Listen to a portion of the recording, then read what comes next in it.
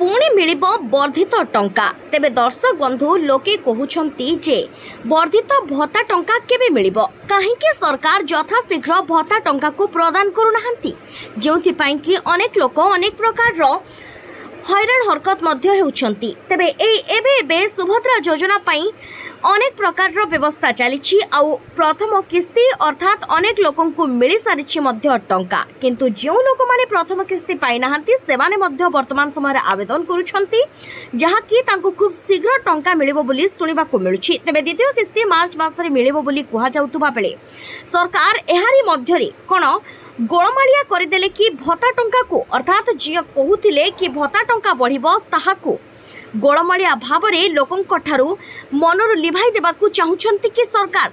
तेबे समस्तंक मनरे गोटिए प्रश्न, केबे मिलिबो वर्धित भत्ता टंका?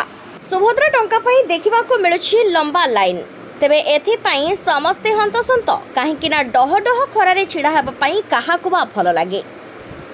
जनसेवा केन्द्रर जो माने कार्यरत सेवाने मध्य हंतसंत हेउथुबा बेले लोके मध्य धाड़ी रे छिड़ा होई पूरा पूरी हंतसंत।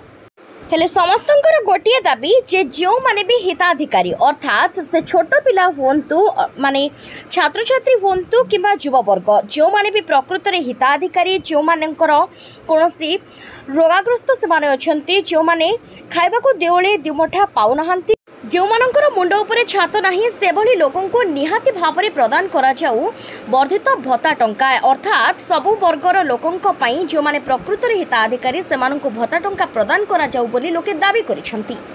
केवल धनिक श्रेणी मान को छाड़ी देले अन्य माने भी जो माने चलनीय सेमान को न दियंतु पछे, किंतु जो माने प्रकृत रे हिताधिकारी सेमान को निहाती प्रदान करा जाऊ बोली समस्ते दाबी करिसंती। किंतु देखा जाऊ सरकार लोकन को दाबी केबे सुनुछंती। हेले सुनिबाकू मिलुछि हुए तो अक्टोबर 1 रे अनेक लोकन को भत्ता टंका अर्थात वर्धित भत्ता टंका मिली पारे बोली। देखा जाऊ केबे पूर्ण करुछंती लोकन को दाबी सरकार। जय जगन्नाथ।